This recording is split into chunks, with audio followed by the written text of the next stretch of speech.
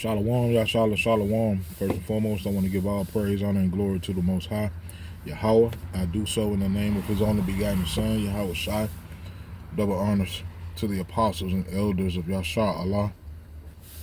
Call Loyam La Yahweh by Hashem Yahweh Shai by Hashem Harakakodash. Oh boy, for blessing our elders with the spirit of truth so that we may know. Shout out to the Akim and the Akwaf that's keeping the faith in the work. Y'all keep at it. It's your brother Abaya coming at you with more quoted precepts. Scripture told us that we would enter into a land that's not ours. In that land, we would serve our enemies and want of all things. And in that land, or in these lands, wherever the Lord has scattered us, we would be called bywords and would be considered proverbs, right? Or a wonder, all right? And that wonder comes from different aspects, you you got the physical amazement of Israelites, so-called black, so-called Hispanic, so-called Native Americans, especially in the sports world. We do amazing feats, but also amazement as in, how can these niggas still, and notice I said niggas, the byword aspect of it, how can these niggas be these people and be under us for so long without, I ain't gonna say any resistance, because we resist always, but not enough to overthrow. I know that's a strong word to say, but that's the amazement aspect of it. But the focus is the byword part. Us being called blacks and Hispanics and Puerto Ricans and Haitians and so forth and so on, those words are powerful. Scripture tells us that the tongue holds the power of life and death. So what you speak manifests. What you speak brings things into you and brings things into your life. You can speak things into existence. So when you look at what these words, these bywords mean, and when I say we, I'm speaking the majority of the Most High's people. I'm not even considering myself in this. This is general purposes for conversation's sake. But we carry that with pride. Black pride, black history, black this, black that, Puerto Rican this, Puerto Rican that, Boricua this, and so forth and so on. But not understanding what we actually bringing into our lives. I will use so-called blacks as an example because in this world I would be considered a so-called black man. If you look up the definition of the word black, it's everything wicked, everything vile, void of light. According to the scriptures, light is knowledge.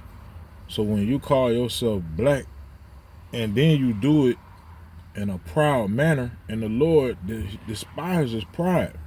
You do it in a proud manner. You are then bringing spirits into your life. You think this devil called you black for no reason, man? Think this devil allowed the creation of a nation called black for no reason? You bugging. Even African American, which basically points to confusion, and it backs up the black being void of light and being void of understanding. For an individual to call themselves two continents African American, you don't hear that from no other race. You don't hear Chinese American. You don't hear Jamaican American. You only hear African American, right? So it's these different bywords, man, that our people hold near and dear, and our people don't understand. It's really leading you to destruction. And that's why Scripture tells us you gotta get your mind out of this place because it's polluted. And because it's polluted, it will surely destroy you. Right? Get your mind out this place. Understand you are not a so-called black man. You're not a so-called Puerto Rican. The term white only came about in 1681 in the Maryland Act. So these are made up terms, man, for control, for division. It's nothing but a social construct. That's all. So that these are terms that were created to create an imaginary society of oppression, of haves and have-nots, based off of an imaginary currency. A dollar that has no backing, that is solely based off of debt. It's a piece of paper that says, I owe you. That's basically what it is. And the powers that be tell us, okay, this I owe you note is worth whatever.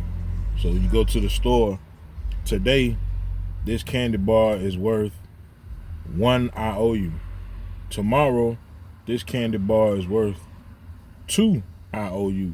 So that lets you know money is not real. Gold is gold, silver is silver. If this thing costs a piece of silver today, it'll cost a piece of silver tomorrow. Cost a piece of silver 10,000 years from now. Yeah, but you get what I'm saying. But yeah, be careful what you speak, man. Be careful what you speak.